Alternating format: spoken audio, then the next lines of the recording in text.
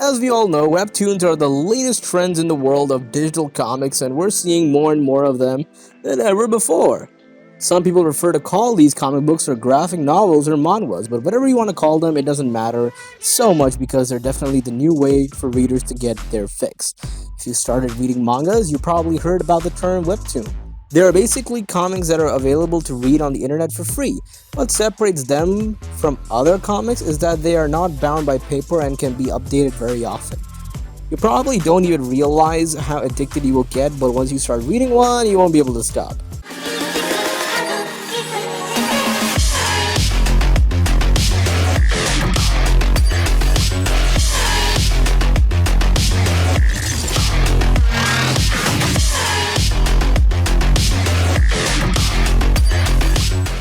Number 10. Dungeon House. It's quite good and really interesting. It has a good storyline. One day, my house got connected to a dungeon. It's dangerous outside because of the monsters, but in order to survive, I have to clear the dungeon within the time limit.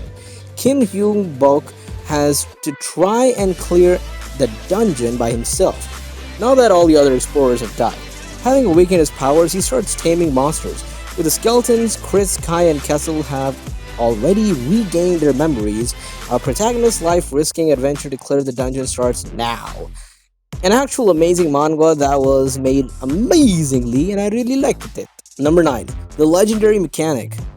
Overall, the plot is engaging. Han Xiao, who boosted accounts for users of the online game Star Ocean, traveled through time via unknown power and landed in the world created by the beta version game. He became an NPC with a player's panel. Without hesitation, he chose his favorite career and became a mechanic. Using his skills learned from the previous life, he accessed instances ahead of others and played his role as an NPC to fool players. Step by step, the rookie became a powerful figure who dominated the game, so overall, I think it could have been really an excellent manga. It had great potential, and maybe if I had not read the novel, I would have enjoyed it more now. Number 8. Dungeons and Artifacts.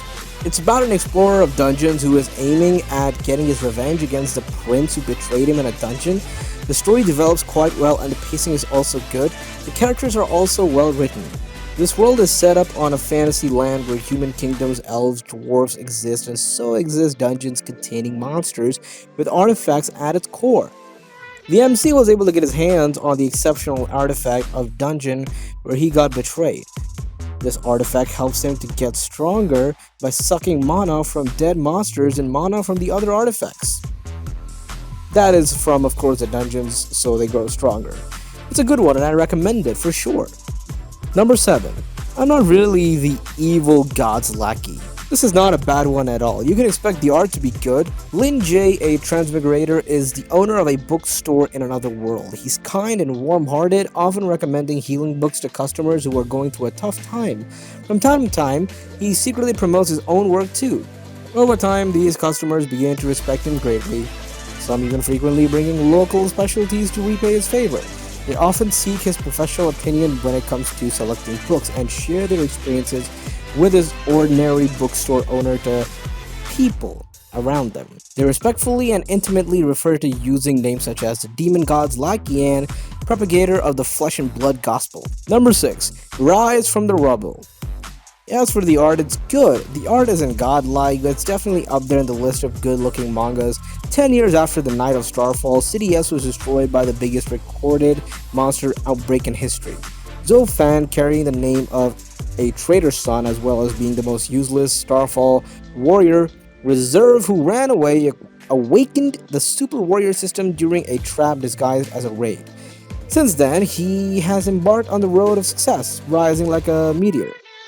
All the while searching for the truth of his father's treason amidst the strong opposition and gradually commencing on the thorny road of saving the world. Number 5. Reincarnation of the suicidal battle god. Zephyr the Fire is a last human fighting evil in a world abandoned by the gods. When he is killed in a battle by Tartarus, the god of destruction, all hope for humanity seems lost. But Zephyr's fate is not sealed. The gods who find his battles entertaining have gifted him a second chance at life, as he is set 10 years into the past, back to when he was a slave instead of the most powerful human alive. Can Zephyr get his revenge against Tartarus and save the woman he loves? Or is he doomed to repeat the past? The beginning is good and the MC is interesting, and I have high hopes for the next chapters. Number 4. Kill the hero. Overall, the plot is engaging, the characters are badass, and the artwork is beautiful. After he's killed by the righteous leader of his own guild, Woojin gets a chance to start over.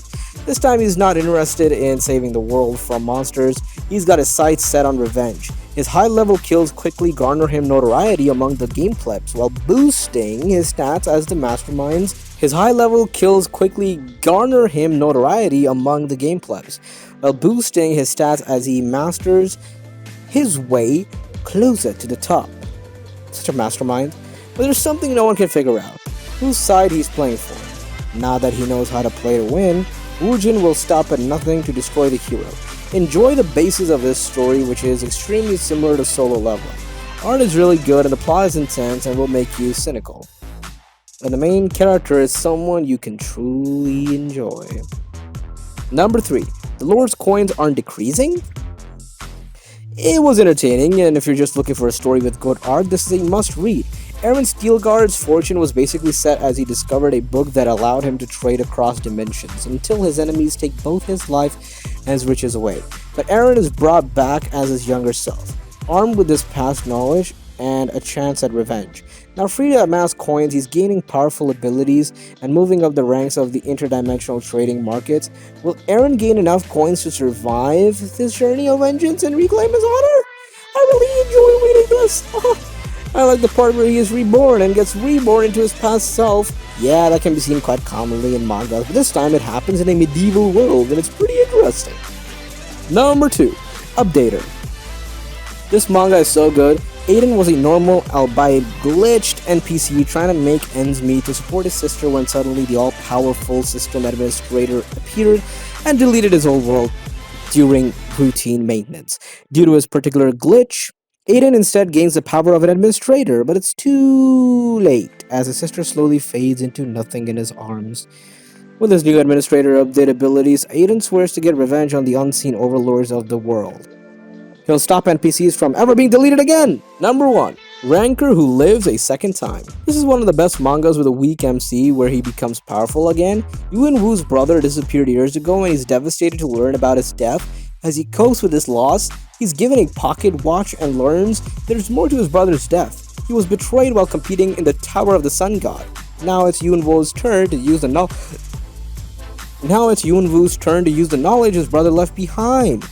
Can Yuan Wu navigate that world and gain enough power and experience to reach the top of the tower? Defeating his brother's enemies and all those who stand in his way, art is as amazing as ever. The clothes and the character physique is something I appreciate in the manga. That's all for today, and I hope you all enjoy the video, and do give to the... That's all for today, and I hope you all enjoy the video. Please do share it with your friends and your family if you liked it. Subscribe for more Top 10. My name is Zeta Khan, and I'm your host, giving you the best I can. Now take care.